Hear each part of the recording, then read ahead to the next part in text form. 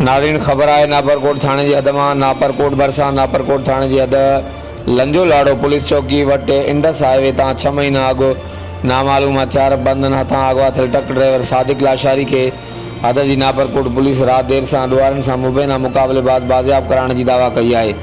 जिन इलाके में राजूनी कोशिशुनि ज़रिए मुगी के बाज़ियाब कराइण जा चौबोल भी आहिनि। बाज़ियाबी बाद रात देर से मुगी के वारसन हवाले कयो वियो। मुगी जे घर पहुचण ते ख़ुशी वारो माहौल है।